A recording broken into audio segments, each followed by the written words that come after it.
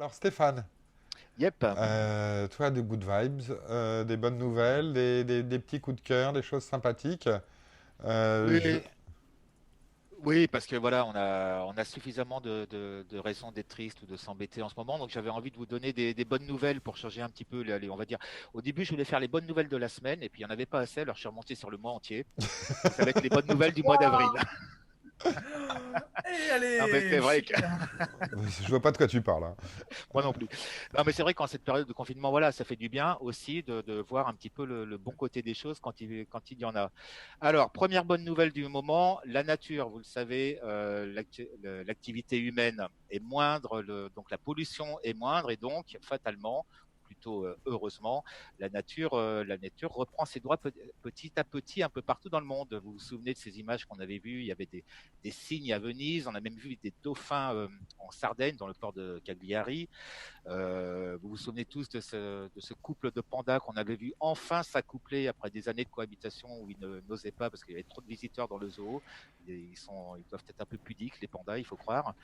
Je Euh, vois dans qu'après les... YouPorn, on passe aux animaux, Steph. Voilà, c'est ça. Non, juste comme ça, très très rapidement.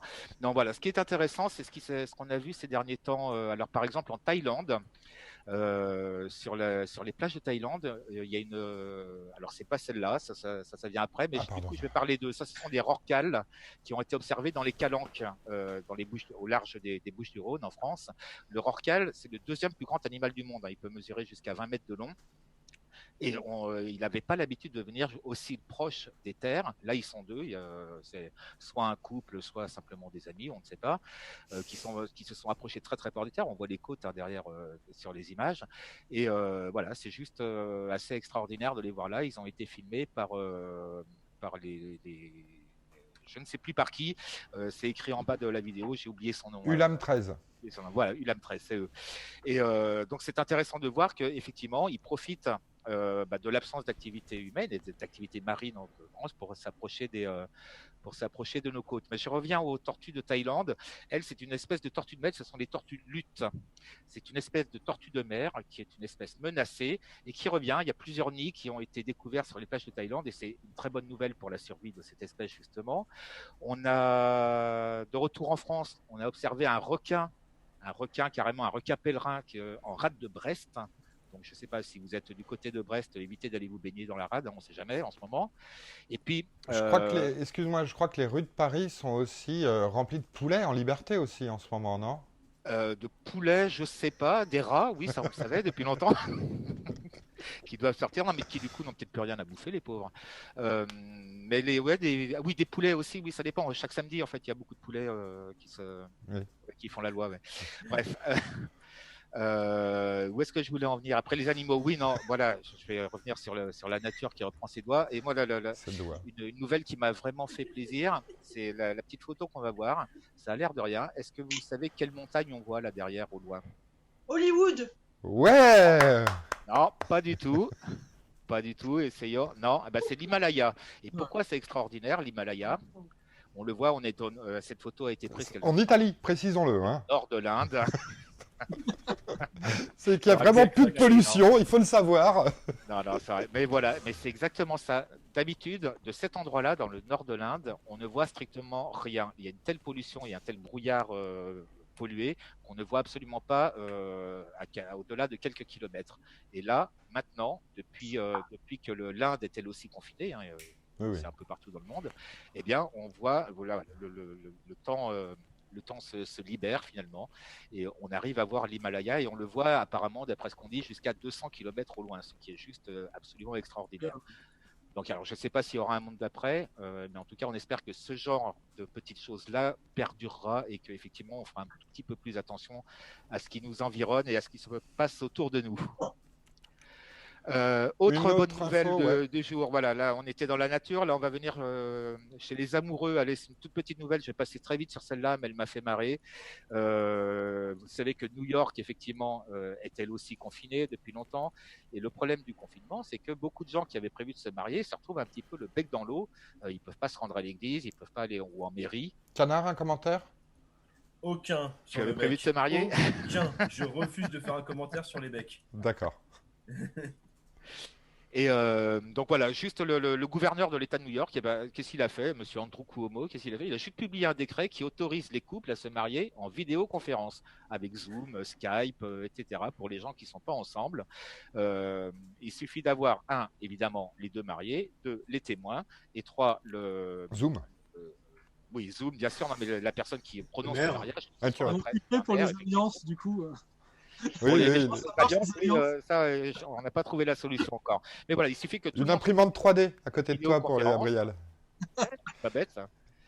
Il suffit que tout le monde soit ensemble en vidéoconférence. La seule restriction, c'est que tout le monde doit être là en live, pas de vidéo préenregistrée. Mais sinon, à part ça, on peut dorénavant, à New York en tout cas, se marier en vidéoconférence. Voilà, c'est pas la grande nouvelle du siècle, mais ça m'a fait sourire de voir ça. Et puis troisième nouvelle, pardon. Oui. Celle-là, elle va concerner un peu la santé. On va être de retour en France. On a beaucoup dit que le Covid s'en prenait, enfin, était très mortel auprès des plus fragiles et notamment les personnes âgées. Bah, je voudrais quand même signaler qu'en France, il y a au moins 2 et sans doute beaucoup d'autres personnes très âgées qui ont survécu au Covid. Nelly, 97 ans, qui habite dans le Nord, a été guérie du Covid. Et puis là, on va la voir, Adrienne, là, qui est à l'image, entourée de son équipe soignante. Elle a bientôt 101 ans, c'est écrit sur le petit panneau qu'elle tient. C'est beau. Elle habite du côté de Lyon. Voilà, elle a été hospitalisée quelques jours du Covid. Elle est ressortie de l'hôpital après quelques jours. Donc voilà, c'est le genre de petite nouvelle qui donne, qui fait chaud au cœur, je trouve, c'est de voir ces deux personnes âgées pourtant fragiles s'en sortir aisément. Voilà. Je termine vite fait avec 2 petites nouvelles bonus. Alors celle-là, tiens, il y en a une que je vais dédier à Sauvan.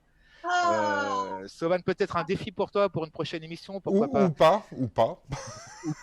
Ou pas, on verra. Sauvan, ce que tu vois à l'image, là, Sauvan, sais-tu ce que c'est? Moi, je vois des mains et un seau. Voilà. Et ben, c'est la recette des fameuses boulettes de viande suédoises que l'on mange chez Ikea.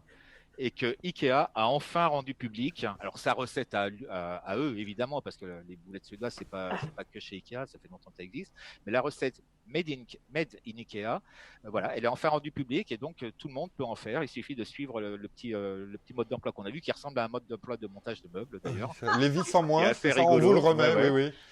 Il n'y a pas de vis. Voilà, alors je sais pas. Oui, il faudrait voir si à la fin de la recette, il te reste des vis ou des ingrédient écrous en trop. trop. Un ingrédient en trop. Oh là, vous mettez un coup de clé à molette. Mais pourquoi pas, Sauvan, si tu as envie pour une prochaine émission de faire des boulettes de viande à la suédoise, voilà, Oui, t'as la on recette. on veut bien te voir tester. Après, si c'est des ingrédients que je trouve pas à côté, là, parce que je sais pas plus. Alors, il te faut de la viande. Alors, contrairement à ce qu'on a cru à un moment, c'est bien de la viande de bœuf, c'est pas de la viande de cheval. Voilà. Et puis, t'es pas obligé de mettre des excréments dedans, normalement. Non. Des boules de merde. Bah, Ouais, non, mais vous vous souvenez certainement de cette histoire il y a quelques années, qui était un fake, en vrai, mais voilà, où on reprochait effectivement à Ikea d'avoir retrouvé des excréments dans quelques-uns de ses plats, notamment les boulettes et notamment des gâteaux au chocolat. Mais c'était un fake. Alors, à propos de chocolat, Lu, Oh là. Oula. Steph, Ouais. Et oui, et puis pour les gourmands, pour les gourmands. on va terminer avec les gourmands. Et puis un gâteau qu'on a sans doute tous mangé quand on était gamin. Le voici, le figolu. Oui. Le figolé, vous savez, ce gâteau à la figue fait par Lu. Oui, voilà. Oui, c'est assez laxatif, la figue, ouais, effectivement. Et donc, Donc voilà, dont la commercialisation avait été arrêtée il y a 5 ans par Lu. Bah voilà, lui a juste annoncé que le Figolu allait revenir dans nos rayons en supermarché. Donc voilà, pour tous ceux qui ont grandi en mangeant ces gâteaux-là, c'est sans doute une très bonne nouvelle. t'es vraiment allé chercher vraiment tout ce que tu pouvais pour nous trouver des bonnes nouvelles. Stéphane, on te remercie de cet effort incommensurable